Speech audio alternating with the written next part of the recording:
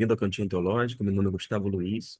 Eu quero falar sobre o adjetivo que é colocado em algumas Bíblias em relação a línguas, conforme nós temos, por exemplo, em 1 Coríntios, capítulo 14, para que possa, primeiro, mostrar qual foi a razão de alguns tradutores incluírem o adjetivo estranhas e qual era o sentido dado na época e mostrar como que houve uma mudança semântica em relação a esta expressão.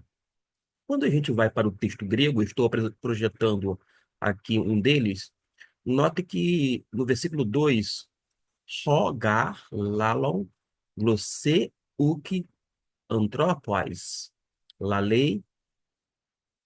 Observe que quando menciona línguas, falar, aqui no caso, ó, lalon, glossê, língua, está na forma singular e o gênero aqui é feminino, você. Note que não tem o complemento e existe palavras para secreto, estranhas, desconhecido ou desconhecida no grego koiné. Mas o autor, uma referência a Paulo, não coloca língua desconhecida, tampouco língua estranha. Na outra parte do texto, versículo 4, deixa eu grifar aqui, lalon, glossê, ou seja, o que fala em língua, o que fala língua, aqui, uma vez mais, não tem o adjetivo estranhas, muito menos desconhecido. Isto vai repetir, meus irmãos, em todo o texto do capítulo 14, capítulo 12, quando menciona variedade de línguas, não fala assim, variedade de línguas estranhas. Não. Tampouco em Atos dos Apóstolos vai mencionar que eles falaram em línguas estranhas. Não tem o complemento, o adjetivo. Mais um exemplo e eu encerro aqui e explico a razão e qual o sentido que os tradutores na época colocaram.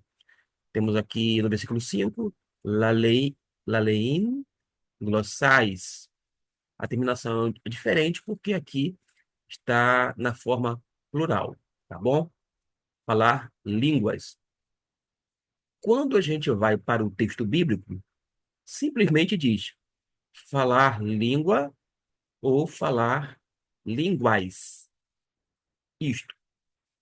E por que que os tradutores colocaram nas Bíblias mais antigas o termo estranha ou estranhas?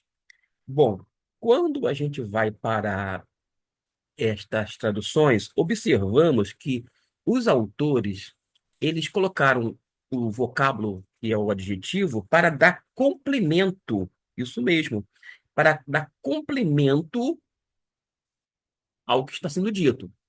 Por causa de quê? Comumente a gente fala que toda tradução é uma interpretação. O tradutor, ele não apenas faz esse processo de tradução, mas também acaba interpretando e colocando as suas impressões, que podem ser falsas, verdadeiras, parcialmente falsas ou parcialmente verdadeiras, dentro do texto.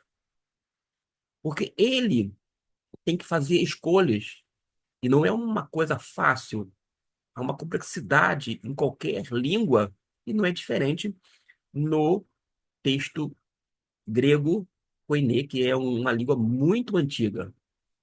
As escolhas precisam ser feitas, e no caso aqui, o adjetivo estranha relativo a línguas, nas versões da Bíblia em português, nós já sabemos que não consta nos originais, mas foi empregado pelos tradutores para completar sentido. E para que os leitores tomem ciência disso, a palavra é impressa em tipos itálicos, que é aquela forma mais inclinada, uma letrinha um pouquinho mais fina do que as outras dentro do texto. Esse grifo, que é o tipo inclinado, mostra que não faz parte dos manuscritos conforme nas línguas originais. De modo que o sentido que os tradutores colocaram foi o seguinte: foi de que, quando menciona línguas estranhas, diferente em qualidade da língua comumente falada. Só isso. Eles tinham esse entendimento e colocaram para dar sentido ou fazer um complemento para ajudar os leitores. Mas acontece que não é uma coisa nossa, como povo brasileiro, há um número muito grande de analfabetos funcionais. E, infelizmente, nem todo mundo que lê entende. Nem todo mundo que lê sabe ler. Esta é uma grande verdade. E a gente sabe perfeitamente que quando você vê um termo em itálico, que é aquela parte mais fininha, inclinada em termos de letra, o tipo da letra, está indicando que não faz parte do original. Naquele período tinha esta conotação, mas caminhou de uma forma de tamanha desinformação que as pessoas começaram a introduzir, a partir de 1900, uma outra significação. Com o advento do pentecostalismo, a semântica é de que é uma língua de anjos, uma língua misteriosa, uma língua que ninguém entende, uma língua não humana. Mas esta é a semântica dentro do movimento neopentecostal e pentecostal. Mas não foi, em hipótese alguma, a intenção dos tradutores naquele momento, de modo que toda e qualquer sociedade bíblica deveria orientar os seus leitores, porque nem todo mundo sabe isto. Tem até pastores que não têm essa noção. Pessoas que às vezes fazem seminários, ou quando não, cursos por correspondência, estão na liderança à frente das igrejas, mas desconhecem esses pormenores. De modo que, quando a gente ouve as pessoas falando assim, ah, é o dom de línguas estranhas, com esta semântica, já não fecha, já não faz sentido textualmente. Primeiro, porque, como eu disse, não existe a expressão, o adjetivo estranhas em relação a línguas nos textos que são os manuscritos originais. Não digo que é o texto original, mas manuscrito no sentido de cópias na língua original. Não existe.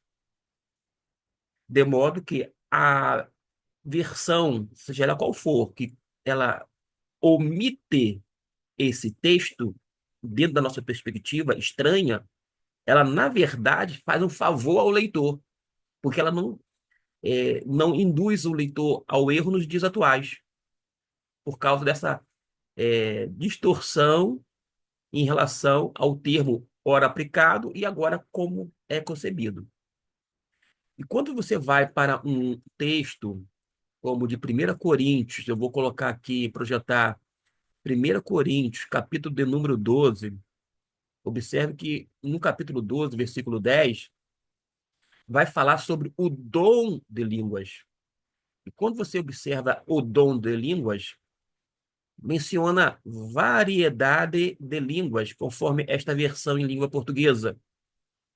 Variedade de línguas. Note que nas demais, dificilmente vai ter variedade de línguas estranhas. E se tiver desta forma, com adjetivo, é uma maneira equivocada e algo que não se encontra nos originais. Esta é uma grande verdade. E verdade precisa ser dita. Logo, essa variedade de línguas aqui não compreende, em hipótese alguma, a línguas angelicais, língua misteriosa, língua que ninguém entende, ou ainda a língua não humana. Pelo contrário, quando o apóstolo Paulo ele menciona aqui, eu vou destacar no grego, hetero degene glosson, é justamente variedade de línguas. Vou por parte. quando ele menciona, para você ter uma ideia aqui, o, essa expressão aqui, hetero, eu vou colocar agora aqui, ó, hetero, aqui, significa diferentes, várias. E não foi à toa que lá em dia de Pentecostes foram faladas não uma língua, mas várias línguas, noutras línguas, diversas línguas. E quando a gente observa esse, esse vocábulo, nós entendemos que não é falar uma língua, e sim a capacidade de falar mais de uma língua ou várias línguas, conforme o próprio texto nos orienta. E vamos notar o seguinte, que quando menciona aqui, ó, a expressão gene, essa que eu destaquei agora que sumiu, gene uma vez mais, essa palavrinha, meus irmãos, aqui, ó, vem de genealogia, etnia, raça, tribo, nação, família, descendência. Nunca nas escrituras sagradas é traduzido como algo ligado ou relacionado a um plano superior, isto é, aos céus, como se denotasse uma língua tipo angelical, uma espécie de comunicação dos anjos. Pelo contrário, todas as vezes, repito, sem exceção, quando aparece Gene, está se referindo a esse plano humano.